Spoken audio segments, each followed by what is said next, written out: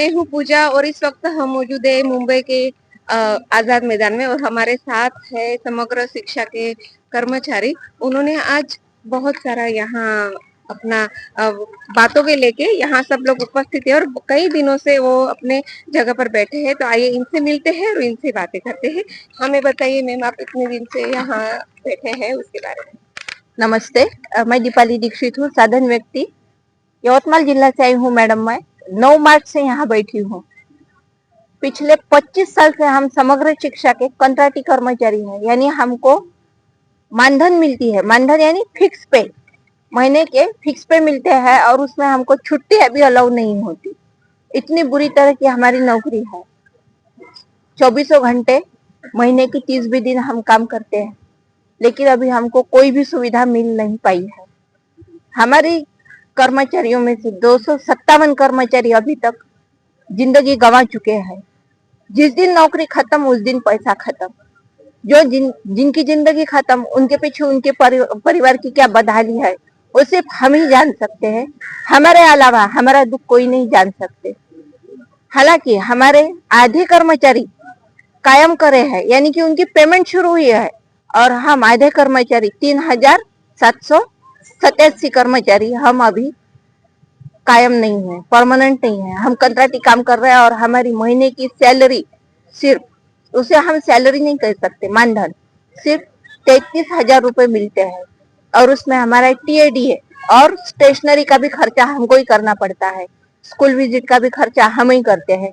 आप सोच नहीं सकती मैडम कि इतने कम खर्चे में हम हमारे बुजुर्गों की दवा पानी करें, हमारे बच्चों की पढ़ाई पूरी करें, या फिर हमारी जरूरतें पूरी करें। हम हमारे बच्चों के मुंह को ठीक से अनाज तक नहीं लगा पाते और आज तक शासन ने हमारी दखल नहीं ली है। यह हमारे लिए बहुत दुख की बात है और ये हमारे राज्य के लिए बहुत शर्मनाक हालत है। वैसे आज देखा जाए तो यहाँ बहुत सारे लोग अलग अलग जगह से आए, अलग अलग स्टेटस से आए।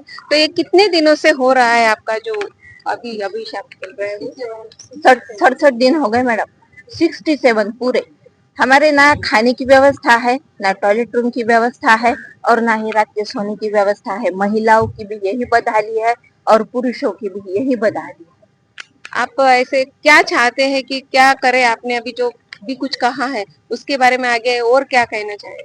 बस हमारी यही एक इच्छा है कि शासन हमको कायम करे, परमानेंट करे और हमको पे स्केल लागू करे, ताकि हम हमारा ठीक से पेट तो भर पाए और हमारे बच्चों की पढ़ाई करा पाए और हमारे घर में के बुजुर्गों की हम दवा पानी कर पाए। आप क्या कहना चाहेंगे?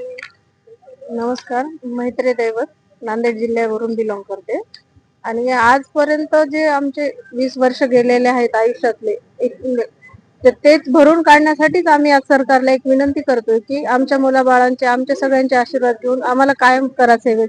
जसे आमचे अर्धे बांधव कायम केलेत तसे आम्हाला पण कायम करा आणि आमचं भविष्य जे अंधारात आहे ते उजेडात आणा.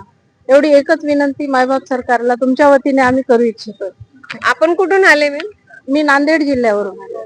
मैं मीरा पाटील, मी नंदुरबार जिल्ह्यावरून KGB 20 या ठिकाणी कार्यरत आहे. गेली 15 वर्षापासून मुख्य स्वयंपाकी म्हणून कार्यरत आहे. मॅडम, आजपर्यंत 15 वर्ष म्हणजे 25 वर्ष झाले आमची समग्र शिक्षा अभियान ही योजना चालू होऊन. गेली 15 वर्षापासून मी त्या ठिकाणी कार्यरत आहे. 150 मुलींचा स्वयंपाक आम्हाला तर अल्प असं फक्त 11,500 मानधन दिलं जातं. प्लस आजपर्यंत म्हणजे आम्ही गेली 15 वर्षापासून आम्हाला ना तो सुट्टी असते, म्हणजे आम्ही आमचे स्वतःचे लेकरं वाऱ्यावर सोडायचे आणि त्या ST SC कॅटेगरीच्या मुलींसाठी आम्ही आमचे घरदार सोडून 24 तास मुलींचे बांधील आहोत. आम्ही गेली म्हणजे 15 वर्षापासून अशी सेवा देत आहोत की आम्हाला आमचं वैयक्तिक लाईफ म्हणजे माहीतच नाहीये.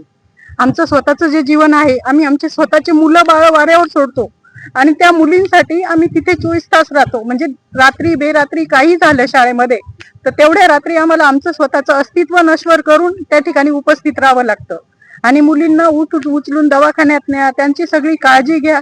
तरी पण आजपर्यंत या शासनाने आमची कुठलीही दखल घेतलेली नाही आणि आमच्यावर आजपर्यंत जो अन्याय झाला त्या अन्यायाला आमची एकच इच्छा आहे की शासनाने आम्हाला शासन सेवेत करावं आणि आम्हाला सगळ्या सोयीसुविधांची तरतूद करून द्यावी, एवढीच आमची इच्छा आहे या शासनाकडून. नमस्कार, मी सीमा पटाई, जिल्हा हिंगोली या ठिकाणावरून आलेली आहे. या ठिकाणी आमचं समग्र शिक्षा संघर्ष समिती कंत्राटी कर्मचारी यांचा आज 67वा दिवस आहे आंदोलनाचा. गेल्या 9 मार्च 2026 पासून हे आज तागायत आंदोलन सुरू आहे.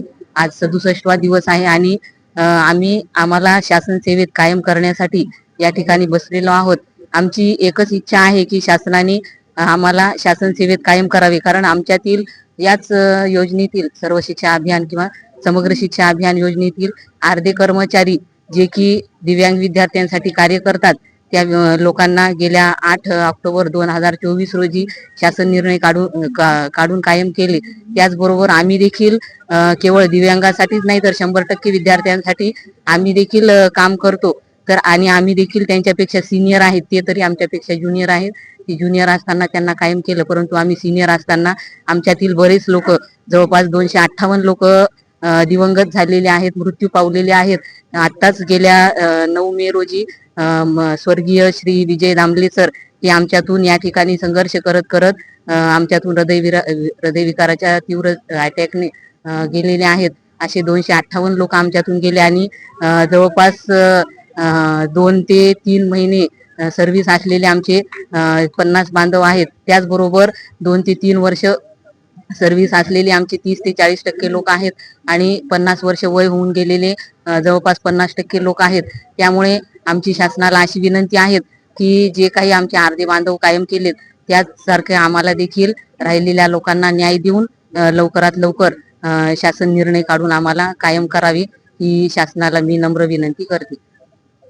तुमची गोष्ट जरूर पोहोचणार शासनकडे. सर, आपण काय बोलणार?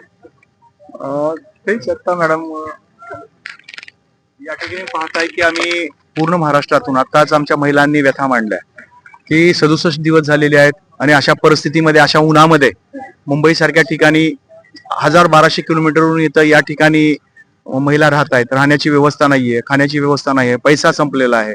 काही जणांच्या सेवा अगदी महिन्यावर 2 महिन्यावर आलेल्या आहेत. 58 वर्षानंतर त्यांचं कुटुंब कसं चालणार? या विवंचनेमध्ये प्रत्येक आमचा समग्र शिक्षाचा कंत्राटी कर्मचारी डिप्रेशन मध्ये आहे. सगळं कुटुंब डिप्रेशन आहे. याच्यामुळेच की उमेदीची जे वर्ष असतात आमचे 25 वर्ष कुटुंबाला सेटलमेंट करणं, ते आम्ही या शासनाच्या सेवेमध्ये शिक्षण विभागामध्ये एक पवित्र काम आम्ही या 25 वर्षामध्ये केलेलं आहे. या आशेवर की आज नाही उद्या कायम होऊ आणि ज्या काही योजना असतील शासनाच्या त्या आम्हाला मिळतील, या एकाच आशेवर आम्ही 25 वर्ष झालं. आता मग शेवटच्या टप्प्यामध्ये तरी आम्हाला आमचं आयुष्य किंवा आमचं कुटुंब स्थिर स्थावर व्हावं, यासाठी आम्ही इथं राहण्याची आमची म्हणजे मानसिकता सगळीच, आर्थिक परिस्थिती, मानसिक, शारीरिक सगळ्याच आमच्या क्षमता नाहीयेत. तरी पण इथं आम्ही 37 दिवस झाला आम्ही इथं लढतो आहोत. याचा शासनाने 67 दिवस या ठिकाणी झालं आम्ही लढतो आहोत. शासनाने एवढा विचार करावा की आमची कोणत्या मानसिकतेमध्ये आम्ही या ठिकाणी लढतो आहोत.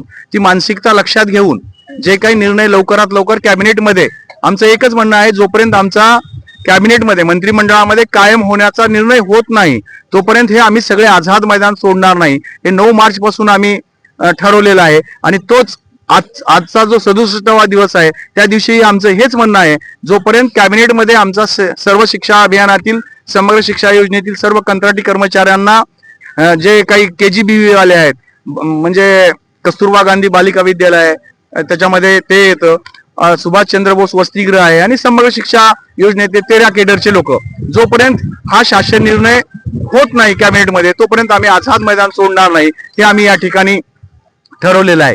8 मार्चला आम्हाला नाविलाजानं महिलांनी मुंडन करण्याचा निर्णय घेतला होता, जे की महाराष्ट्राला, पुरोगामी महाराष्ट्राला आणि हिंदू संस्कृतीमध्ये हे अशोभनीय आहे.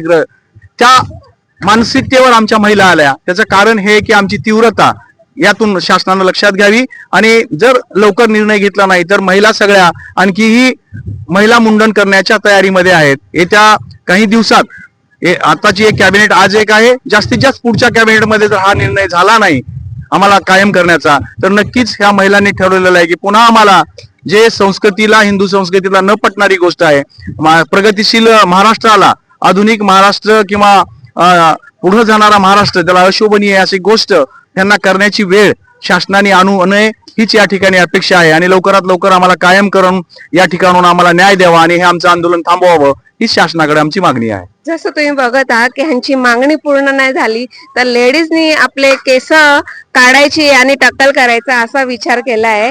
तर आम्ही त्यांच्या बरोबर आहोत की तुमची शासन मागे लवकरात लवकर पूर्ण करावी हीच आमची ख्वाहिश आहे बस.